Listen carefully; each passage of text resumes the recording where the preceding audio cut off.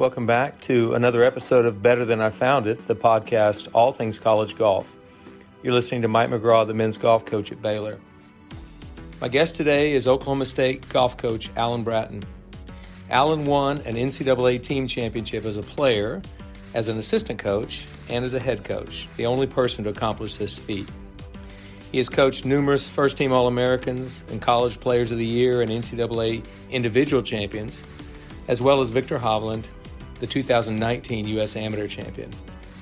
Alan's ability to tell an engaging story will be quite evident to any listener. I know you'll enjoy this interview.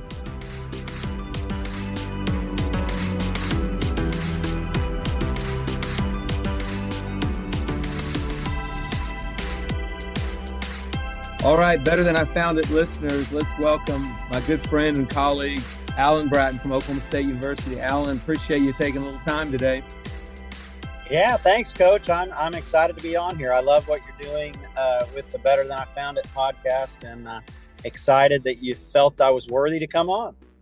Well, you are. We have a lot of history, obviously, and you're one of the preeminent college golf coaches at maybe the iconic college golf program. So it's great to have you on. I'm glad. We've had Mike Holder on here before, and as you well know, Mike was a wonderful, wonderful guest. He obviously is a great speaker and has great stories. So I think you'll do the same today. Well, he sets an awfully high bar. I won't be able to hit that, but we'll have some fun.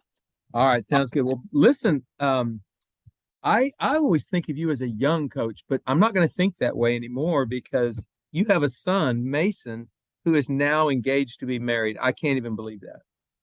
Yeah, I've had a whirlwind last couple of days, and I still feel like a young coach inside, but sadly, unless you're there in the coaches gatherings or whatever, I'm usually the oldest guy in the room now, and I feel a little older today. I was in Houston recruiting on Wednesday and had a little trouble getting back, ended up having to drive because they canceled my flight, but I had to get back yesterday because my oldest son, Mason, has found the girl that he wants to marry, and he asked her yesterday at sunset at Carson Creek. So that was an awesome experience to have watched them grow and see him plan out, all of that. And she's will be a wonderful addition to the family. We have 3 sons, as you know, no daughters. So we added a daughter to the family yesterday.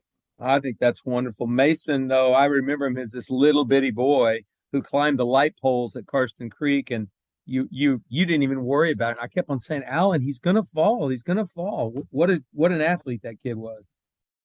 Yeah, he's a freak athlete, and he used to get mad at me. He stopped climbing those poles. I used to use him as like the trained monkey. He was entertainment for my friends and people that came in, but eventually he didn't want to show off like that. But he still does some crazy things. I've got pictures of him doing backflips off of cliffs and jumping over things. So he's still a bit of a daredevil, and he's getting ready to be 22 years old and found his girl. So really proud of him.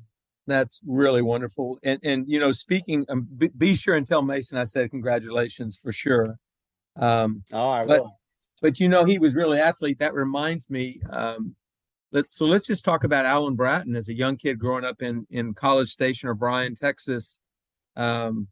You really weren't a golfer early on. You were more of an athlete. So for one, I want you to tell me how you got into the game. And then 2, we're going to talk about multi-sport athletes relative to being a competitive golfer. So how did you get in the game? Yeah, no one in my family plays golf.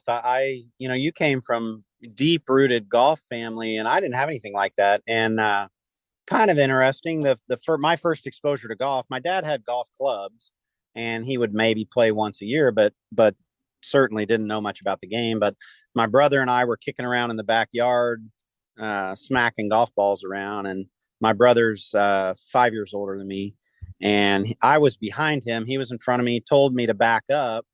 As typical snotty-nosed little brother, I didn't do it, and he didn't know I was there. He hit the ball, and as he followed through, clocked me in the left side of my head. I had a concussion, had to go to the hospital. So that was my first introduction to golf. I was 5 then, and didn't play, didn't touch a club. And why would you? For another 6 years, I guess. And I was playing a baseball tournament, just little league baseball. I had made an all-star team, and my family was out of town. They went on a trip, and I was staying with some friends, and they played golf. It was my best friend, and his dad played a lot of golf, and we got beat in the baseball tournament. They said, "Hey, do you want to come out and play?" So I did. They kind of showed me how to hold the club, and I was pretty good from the start, and it hooked me really right from the beginning. I loved all sports. I played football, baseball, basketball. Growing up, football was my favorite. That's what I wanted to do. But I'm too slow. Maybe not. Well, I was pretty tough, I guess. I was going to say I wasn't tough enough, but maybe I was. But certainly not skilled enough to go very far in that. I probably could have played in high school. But as I started playing more and more golf, I started being at practice for other sports and wishing I was at the golf course. So I started stopping playing those. I taught myself how to play. Once I kind of got into golf, I subscribed to Golf Digest, and that was my lessons. I would read through there, just devour every part of the magazine, all the instructional pieces, and go out there and kind of see what worked for me. And so that's how I learned to play the game, and would go out and just play and pick up little things as I went. And I loved the fact that you didn't have to have someone else there. As a little kid growing up, my brother really wasn't into sports. I have an older sister, and I spent a lot of time, throwing the football to myself. That doesn't work great. And at least for golf, you just all you need is you and the clubs, and you can't beat the game. So I love that part of it, and like I say, taught myself how to play. Well, you said you couldn't throw a football to yourself. You definitely weren't fast enough to catch it if you threw it, right? Well, if you throw it high enough, even the fat slow boy can run underneath it. So I would do that, but again, I didn't, we didn't have a lot of kids in our neighborhood growing up. So, yeah, I love that kind of being out there by yourself on the golf course, seeing what you could do. And I've always been a believer in, kind of, as you mentioned, multi-sport athletes. That's important. That's attractive to me as a recruiter. To see kids that have played something else. And I also like kids that have a lot of ownership in their own swings and games.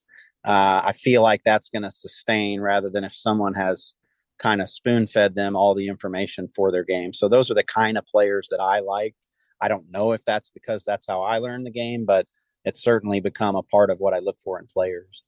Well, I remember when you and I were recruiting together, obviously we chose a kid named Ricky Fowler who was a multi-sport athlete. He was a BMX bike rider, but he also obviously had a homespun golf swing. He wasn't like he was a technician. And then you later recruited Matthew Wolf. So we both believe in that. I firmly believe a multi-sport athlete is important. The last two really good players when I left Oklahoma State that you got to coach a little more than I did was Wyndham Clark and Jordan Ebrugge, who were both basketball players. And I think that appealed to us, both of us. And my best player now is an All-American. Johnny Kiefer was a D1 lacrosse prospect. So I'm a firm believer in allowing kids to keep playing other sports. Mark Reppy, who just graduated from me, played soccer in high school. So I think that we've gone too far the other direction with having kids specialize in only golf. Give me your opinion on that. I firmly believe in letting kids play other sports.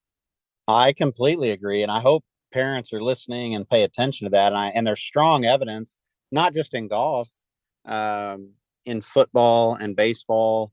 I think a high percentage of the elite top draft picks in those sports played multiple sports, and golf's no different.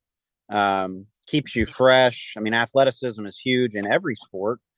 Speed kills in every game, and I think the things you get from team sports personally are, and mentally, having someone count on you, rely on you.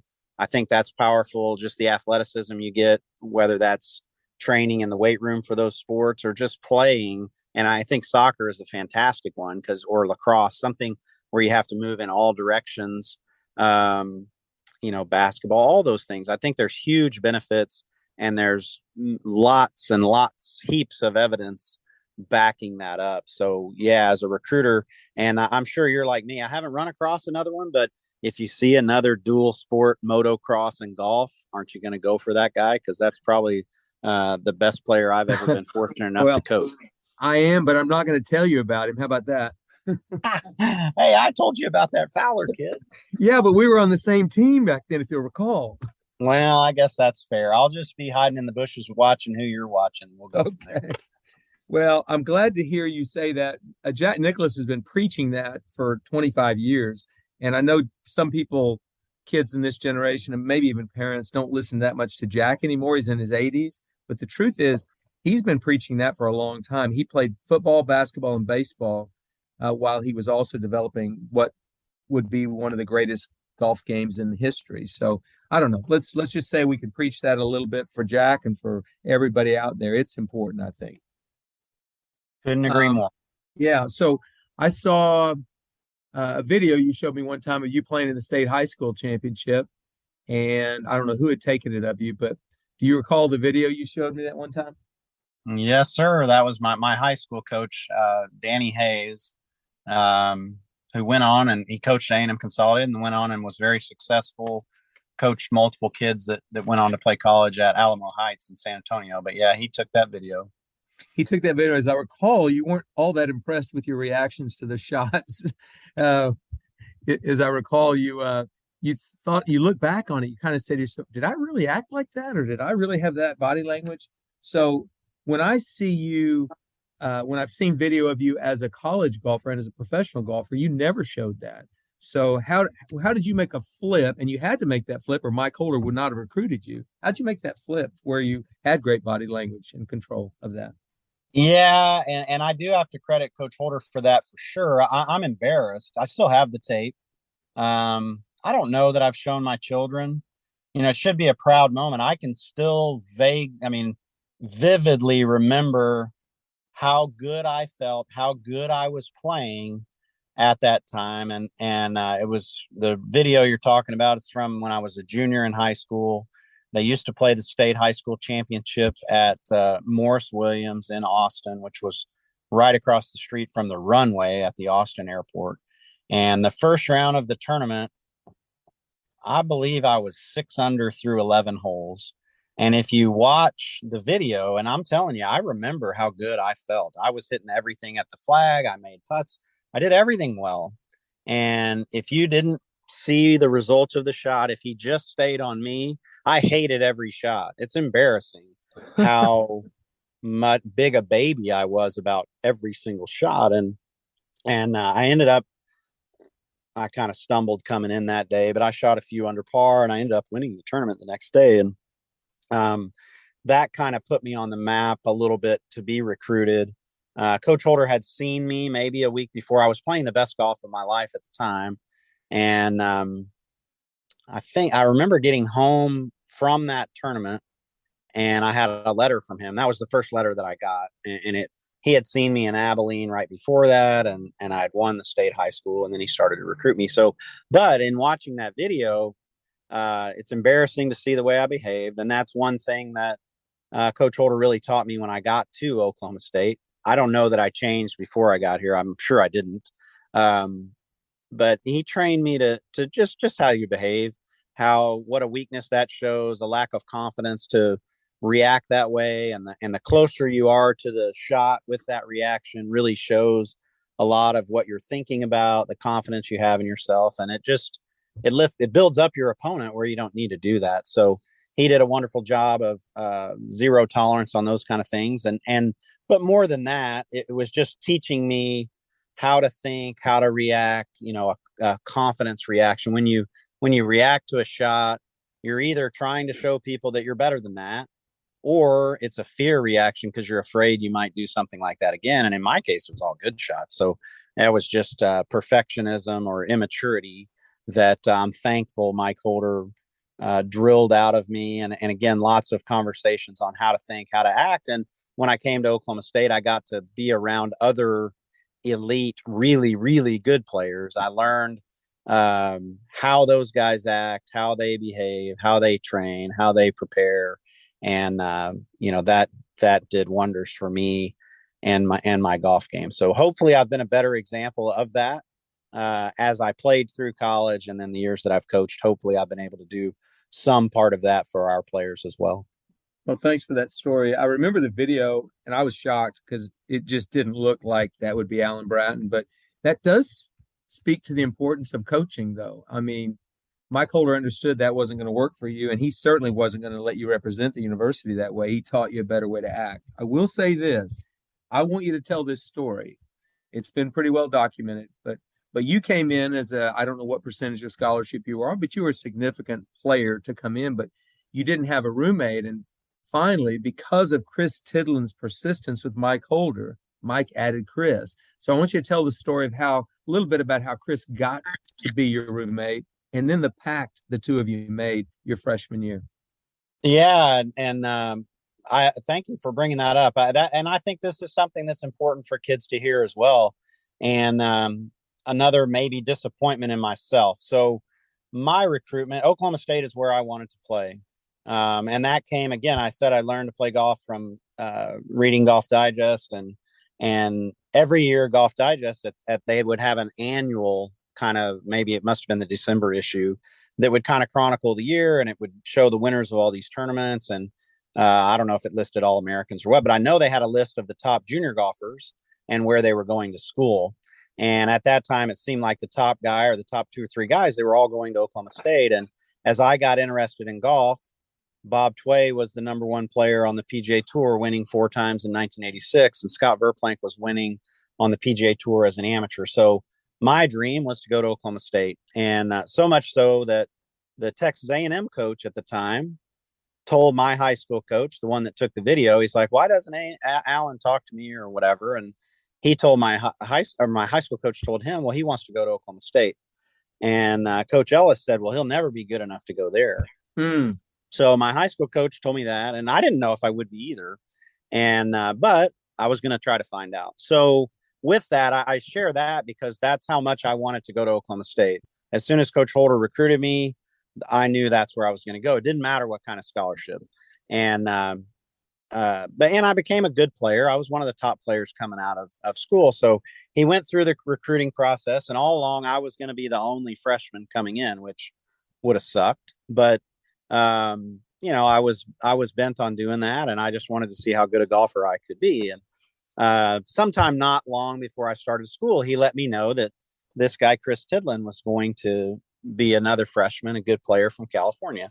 And Chris felt the same as me, that he was fortunate enough to know Bob May. So he knew someone on the team, and he wanted to go to Oklahoma State, and he wanted to go bad enough that he reached out to Bob, and he reached out to Coach Holder to say that he wanted to come, and he sent videos, and Coach kept telling him no and discouraging him. He discouraged him in every way.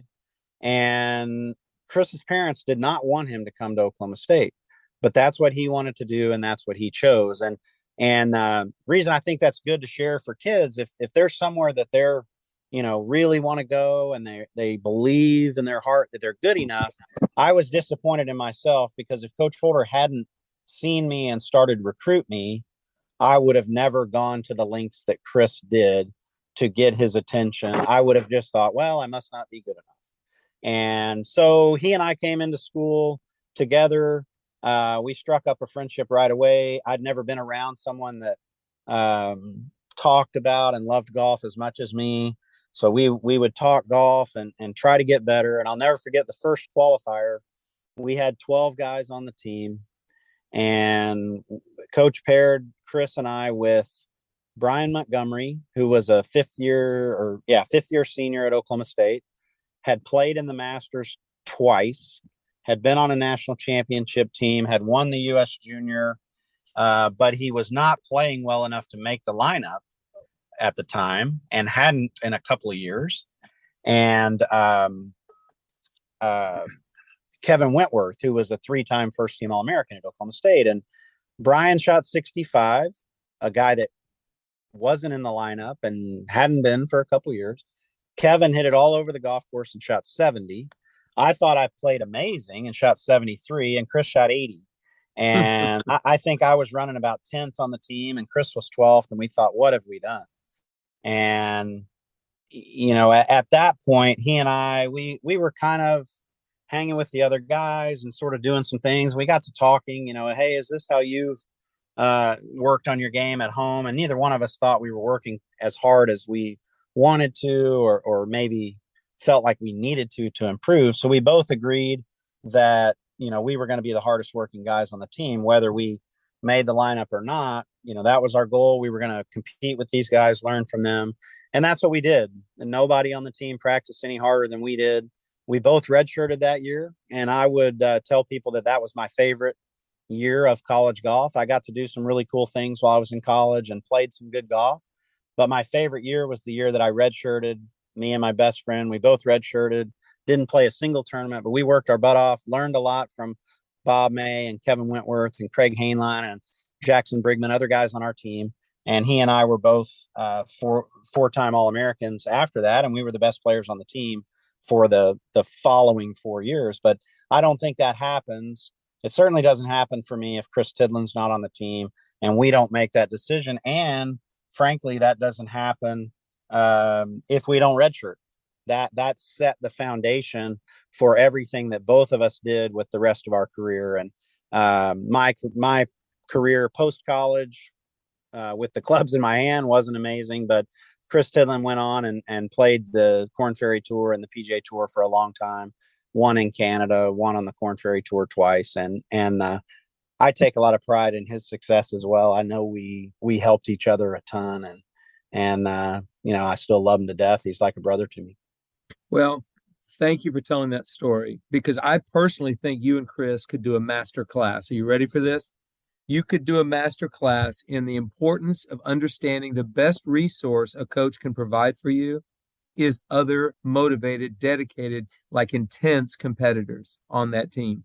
That's the best resource you get. There's nothing in the way of equipment or the way we travel or working out or clothes or clubs. None of that matters compared to that. And you did the best job, each other, you and Chris, of using iron sharpens iron. And the two of you pushed each other, and you used the redshirt year like to the best possible way. I think kids are afraid to redshirt, and I think they don't understand how great resource a player is. Would you kind of expand upon that? Because I think you could teach a master class in that as freshmen.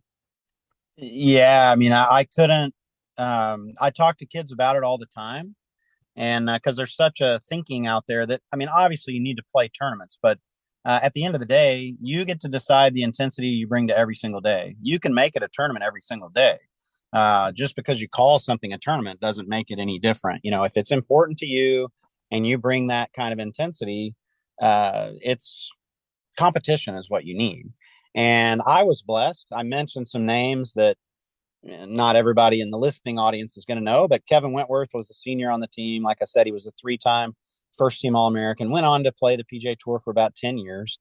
I got to play with him every day. And Bob May, who some people will remember, set the scoring record at the PGA Championship in 2000. Unfortunately, he was playing against one of the best players of all time, and Tiger tied him for the tournament record score as well and beat him in a playoff. And everyone will remember when Tiger's running at that hole and pointing, that was in a playoff against Bob May.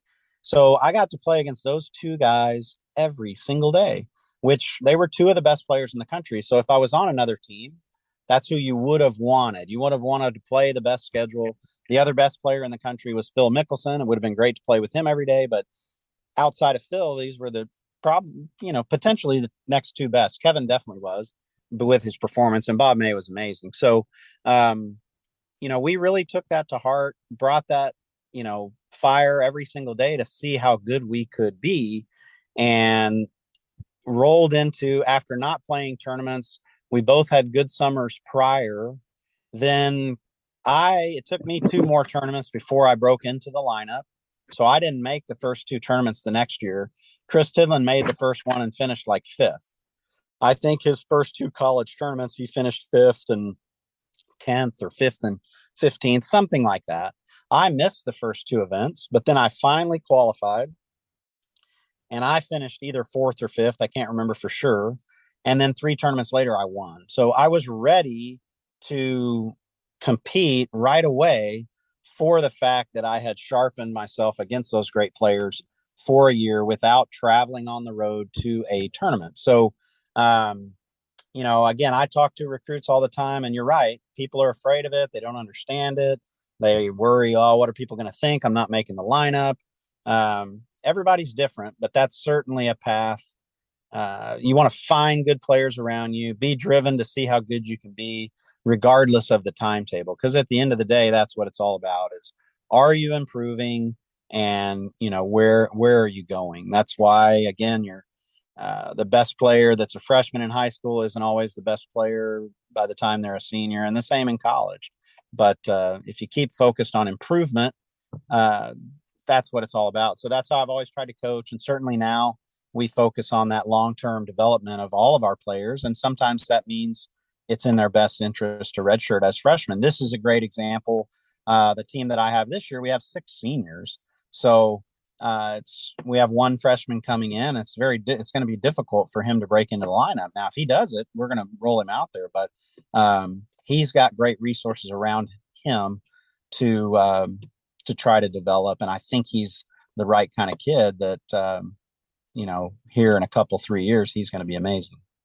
Well, and I think it'd be worth it. Why don't you tell him that story that we just talked about here? I mean, that's really valuable. And when I talk to kids about redshirting, they wrinkle their forehead and they're kind of, what are you talking about? Well, does it matter when you get good? No. And are you going to be a better 5th-year player than you would have been a 4th-year player? Probably. So it's really, really important that they understand that. So thank you for telling that story. Before we move on to some other things, I want to talk. One, I want your best story. Tiger was a freshman. You were a 5th-year senior. So I want your best Tiger Woods story. I do know this. You and Chris Tidlin, this great story that you were creating, you were getting ready to be the first graduating class in Oklahoma State history under Mike Holder that didn't win a national championship. But you got to the Scarlet Course, and Chris finished runner-up that week. You birdied the last 3 holes of regulation and made a 35-footer in the playoff to beat Tiger Woods in the Stanford Cardinal. So that's an amazing memory, I know, and a legacy that you and Chris will always have. But talk to me about that part of your career, and then something great about Tiger. I think what you just said, I'm supposed to just drop the mic and walk off. You are, but we're not going to let you do that. We've got other things to talk about. Okay. Well, yeah, I mean, there's a lot of things have been done at Oklahoma State to the good. It's hard for a player to do something that hasn't been done here other than the bad things. And I got to be a part of some of those bad things. I had the worst team finish that Coach Holder had at one point, and then we had a year where we didn't win as a team. We lost to OU at the Big 8, which had never happened. But my last couple of years, we did some really good things. And like you said, we ended by winning that championship. And that was certainly a pressure that Chris and I felt, because no one had come through there and played for 4 years and not won a national championship. So lots of pride in doing that. And, especially to do it against a team that had Tiger Woods on it. So that was a special year for sure. The 2 teams, it's amazing. If anybody reads the book that they did on us for that season, the last putt, I learned in the book, I didn't realize that was the case, but we played against Stanford 5 or 6 times that year. I think, I'm not really sure, I'm just guessing, but multiple times. And the combined strokes, we beat them more than they beat us, but the combined strokes were exactly tied for the year. We clearly had the 2 best teams. And then at the end of that 72-hole stroke play event, we were still tied and had to settle it in a playoff. So my favorite Tiger Woods story, I suppose, from college, I'll use 2 things. One would be the frustration that he had when he didn't make the putt in the playoff or in regulation that would have beat us. Not very many people get to be on that side of things when you're facing Tiger Woods. And then I guess secondly, I knew about Tiger from when I was 17. I was playing the Big I, which was a big junior tournament at the time. And Tiger was 13 years old. It's the first that I heard of him. I was 17. He was 13, and he ended up finishing second. And I remember asking Coach Holder, he was recruiting me, hey, who's this 13-year-old? Is he long enough to play? And Coach told me he was the best golfer he had ever seen. He told And me that same thing. At that time, I didn't know. I thought he's just a crazy old man. And I didn't realize how guarded he is with praise like that. That seemed like a massive overstatement or hyperbole, right? So, but I came to learn that he's guarded with that, and damned if he wasn't right. I mean, gosh, arguably best player of all time, he and Jack Nicklaus, you go back and forth. So I was exposed to that. And then in college, so I suppose another, somewhat good memory is his very first college tournament. I'll be the footnote because he won and I finished second. But the round that I played with him, I beat him. So that's it. That's the only winnings other than that team championship. That's really the only wins I can take against Tigers. Like I beat him that round. You didn't get to beat him for tournaments very often, but when we were paired together, I did pretty good. So I'm going to go with I intimidated him. When he was paired with me, I clipped him, but he beat me for the tournament. But I don't know if anyone's ever going to look that up, but I am if anyone asked who was runner up or Tiger's first college win, which was his first college tournament, he won and I was second. I can't remember how many behind. But anyway, that was in New Mexico, I think, wasn't it? Yes. In Albuquerque, we won the team tournament.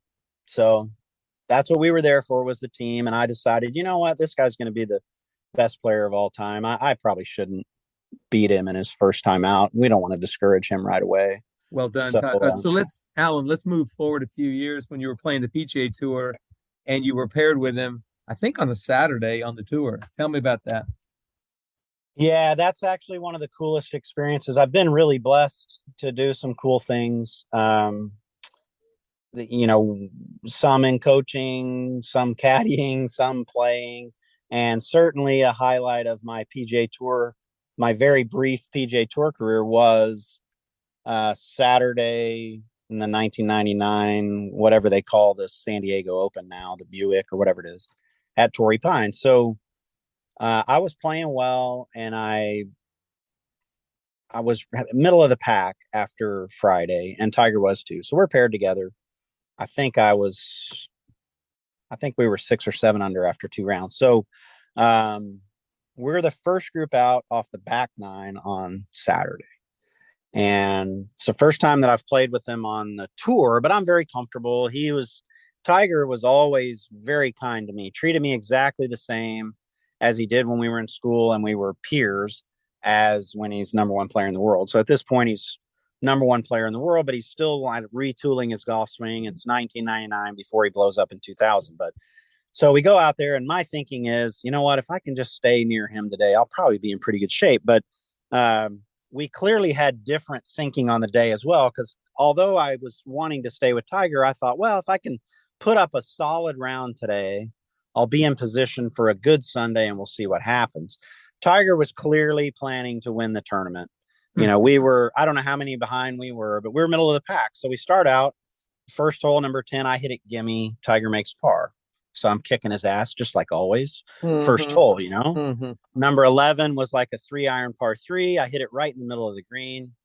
Perfect position. Tiger hits it onto the 12th tee, which is left of the green and 20 yards long. He tries a flop. This is before he was a great flopper. Again, at that point, I could, you want to put me having to flop it over something, I was going to drill him. And he flopped it to like 30 feet. So again, I'm going to be drilling this guy. He can't play with me. And he's got a 30-footer for par. I've got a 35-footer for birdie. I roll it up there to terrible lag putt to maybe 3-4 feet. Tiger makes. And whatever crowd was there, which wasn't much, they did not care about me. Didn't know I was there. I was invisible that day.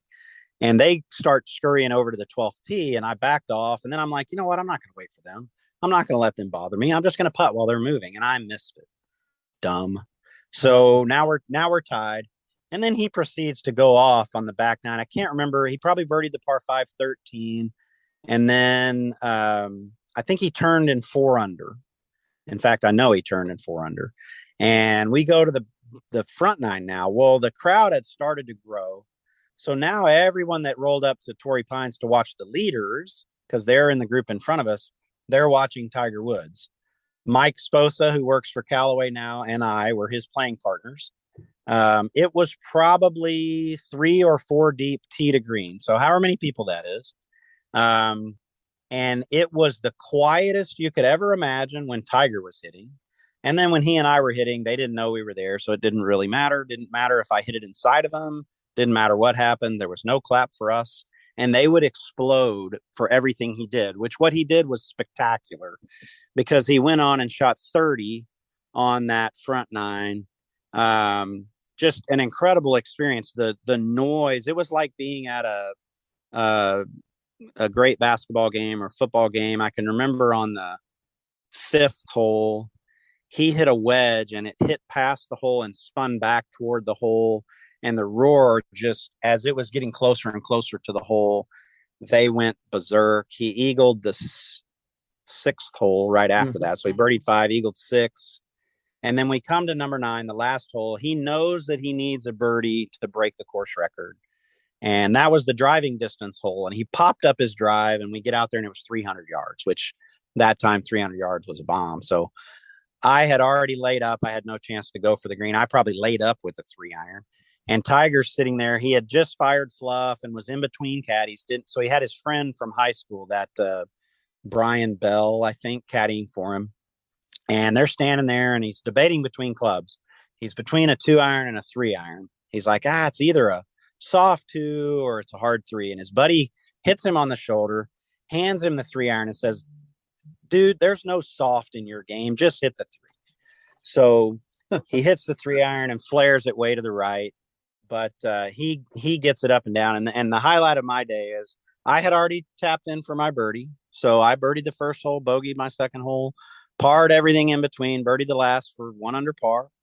But my job was to position myself between the camera and Tiger because he had this putt to break the course record. And I wanted to be on TV. So I got there when he made the putt, and then I ran up there to shake his hand to make sure that I got some TV time because that was probably the only time all year I was on TV. But one of the things that I learned from that experience, I got to watch him in that arena and the way he continued to step on the gas. Like I say, he was trying to win the tournament from the start that day. I was just trying to position myself. But I learned a lot that day. And the very next week was the LA Open. And I had to qualify. I was not in the tournament. My number didn't get in. And I was playing really well. And it was actually a Tuesday qualifying. So I played the Pro-Am on Monday at Riviera. And we won. My team won, dominating. I shot a low score, played great, 67 or something. And the very next day, I had to qualify. And I took the same mentality toward that qualifying that I had seen Tiger use. And I shot 29 on my first 9 and then birdied the 10th hole. So I was 8 under after 10. So I won't talk about the rest of the round, but I did qualify. I made it. And then I was in contention at the LA Open the next week. I was in the last group on Saturday. And I don't think that happens if I hadn't just gotten to watch that up close the week before. So, really cool experience to see that. And from time to time, I'll text Mark Steinberg, that anytime Tiger needs a little motivation, I'm pretty good luck for him because the only round I've played for him on the PGA Tour, he set the course record. So, whenever he needs a pick me up, just call on me. Well, I'm surprised he doesn't do that about every so often. I mean, that's a pretty good story, though. I knew that something came out of that, but now that's the first time I've actually heard that. So thank you. Before we move on I want to talk about, you're getting ready to go caddy in the U.S. Amateur. So before we talk about that, and you've had great success doing that, what's the most powerful or inspiring thing you learned from Mike Holder that that helped you be a better coach? Because I know I've been through this podcast over the last couple of years. I have mentioned several things that he did for me. What was the most inspiring thing he did for you that's made you a better coach? Well, I think it's, I tell people all the time, I'm going to do kind of several things, but sort of all in one. I think he was so good at training you that you didn't know if if someone wanted to ask you, oh, well, what did he teach you? Or he let you own everything, I thought, certainly as a player. He taught you things, but again, the way he did it, I don't know if I already thought that way or certainly had me continue to own my own golf game. But and then he didn't do he didn't ask us to do anything that he didn't do. He was busting it in the weight room, same as you did when you coached. He was out there practicing with us. He was spending more hours at the golf course than any of us. But he wasn't taking credit for that. He gave you ownership of all those things. So I've always,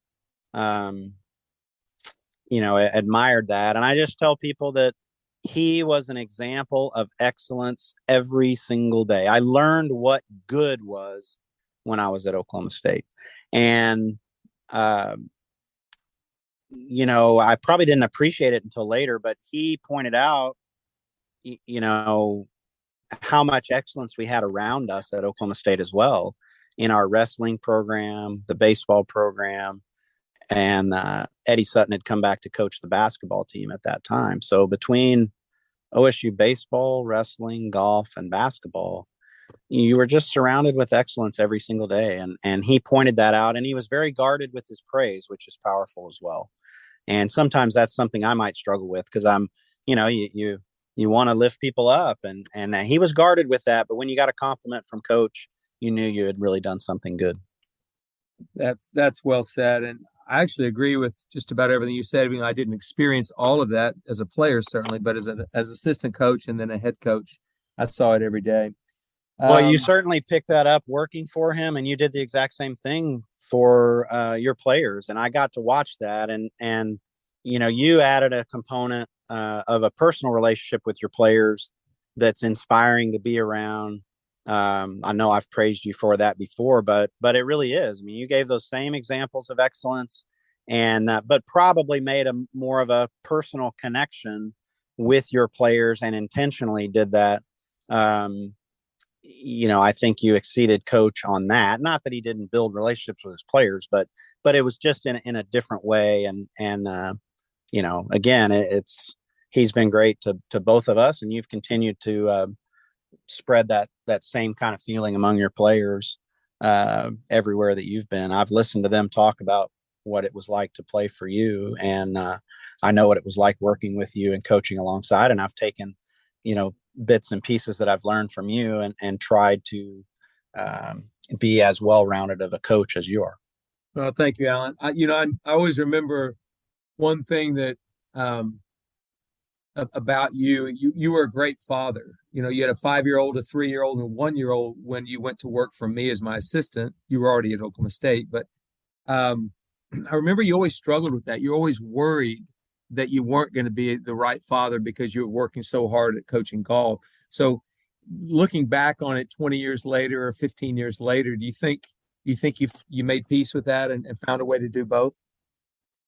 No, I struggle with that every day. That's the biggest thing I try to share with young coaches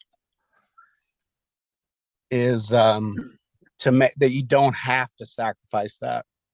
So, I think I've made my peace with it, but I'm glad my boys are still here, so I get to spend time around them.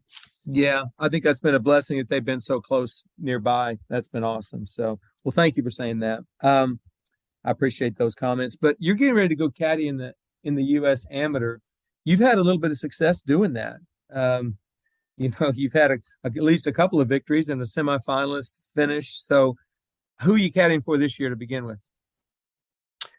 I'm caddying for Rasmus. And that's always a thrill for me. I'm really humbled that our players will ask us to caddy for them. But Rasmus has had a good summer. I was going to caddy for Eugenio, but he decided to jump over to the Live, which I really can't blame him.